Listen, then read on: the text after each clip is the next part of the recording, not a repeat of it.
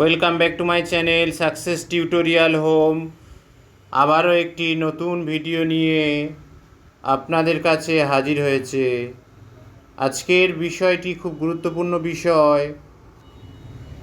বিষয়টি হলো যে একাদশ শ্রেণী অর্থাৎ 11-এর রেজাল্ট কবে বার হবে এই নিয়ে অনেকের কাছে একটা প্রশ্ন। সেই 11-এর রেজাল্ট কবে বার হবে সেই সম্পর্কে আজকের আমি বলবো। একাদশ শ্রেণীর রেজাল্ট কবে বা দ্বাদশ শ্রেণীর ক্লাস কবে থেকে শুরু হবে তা নিয়ে জানিয়ে দিল সাংসদ। একাদশ শ্রেণীর রেজাল্ট কবে, দ্বাদশ শ্রেণীর ক্লাস কবে শুরু হবে, নতুন নিয়ম চালু হলো সেই সম্পর্কে বলছি। গত সপ্তাহে উচ্চ মাধ্যমিকের রেজাল্টের পর এবার ক্লাস 11 রেজাল্টস এর দিনক্ষণ জানিয়ে দিল পশ্চিমবঙ্গ উচ্চ মাধ্যমিক শিক্ষা সংসদ, এবং সেই সাথে দ্বাদশ শ্রেণীর ক্লাস কবে শুরু হবে এবং আগামী বছরের উচ্চ মাধ্যমিক পরীক্ষা কবে হবে সমস্ত কিছু ঘোষণা হয়ে গেল, যাতে আগামী বছরে উচ্চ মাধ্যমিক পরীক্ষার্থীরা আগে থেকেই প্রস্তুতি নিতে পারে। প্রতি বছরের মতো এবছরেও উচ্চ মাধ্যমিক পরীক্ষার সঙ্গে একাদশ শ্রেণীর বার্ষিক পরীক্ষা নেওয়া হয়েছে। 8 লক্ষেরও বেশি ছাত্রছাত্রী একাদশ শ্রেণীর বার্ষিক পরীক্ষা দিয়েছে, তবে এখনও অবধি একাদশের প্র্যাকটিক্যাল পরীক্ষা নেওয়া হয়নি। যদিও প্র্যাকটিক্যাল পরীক্ষা কবে নিতে হবে তার তালিকা আগেই পাঠিয়েছিল সংসদ। এবার উচ্চ মাধ্যমিকের প্র্যাকটিক্যাল পরীক্ষা অনেক আগেই হয়ে যায়, কিন্তু একাদশের লেখা পরীক্ষা শেষ হওয়ার পরেই নির্দিষ্ট বিষয়গুলির প্র্যাকটিক্যাল পরীক্ষা নেওয়া হয়।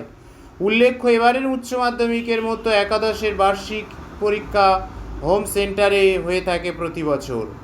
এদিন সংসদের তরফে এক নির্দেশিকায় জানানো হয়েছে যে 18 জুলাইয়ের মধ্যে একাদশ শ্রেণীর বার্ষিক পরীক্ষার ফলাফল প্রকাশ করতে হবে।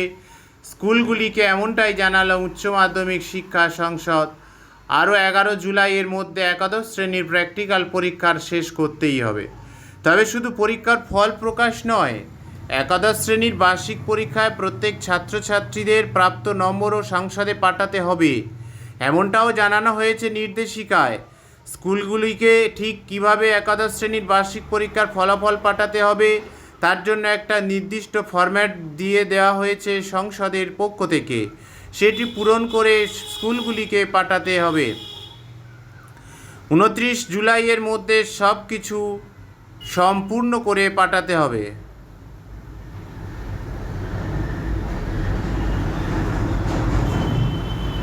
প্রসঙ্গত, প্রতি বছর উচ্চ মাধ্যমিক পরীক্ষার সঙ্গে একই সঙ্গে একাদশের বার্ষিক পরীক্ষা হয়ে থাকে। প্রশ্নপত্র উচ্চ মাধ্যমিক শিক্ষা সংসদ পাঠালেও উত্তরপত্র মূল্যায়নের দায়িত্ব থাকে স্কুলগুলির হাতে।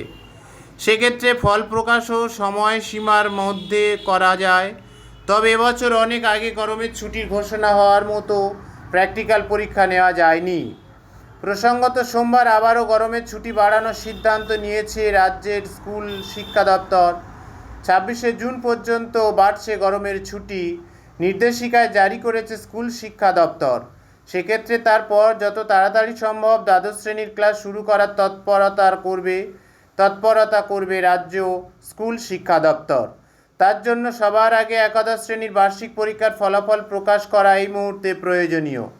এবছর সিলেবাস কমে গেলেও আগামী বছর যদি অন্য বোর্ড পুরো সিলেবাস পরীক্ষা নেয় তবে উচ্চ মাধ্যমিকও গোটা সিলেবাসে হবে, নইলে তো ইনজাস্টিস হবে। শুক্রবার চিরঞ্জীব ভট্টাচার্য আরও জানালেন, পুরো সিলেবাসেই হবে পরীক্ষা।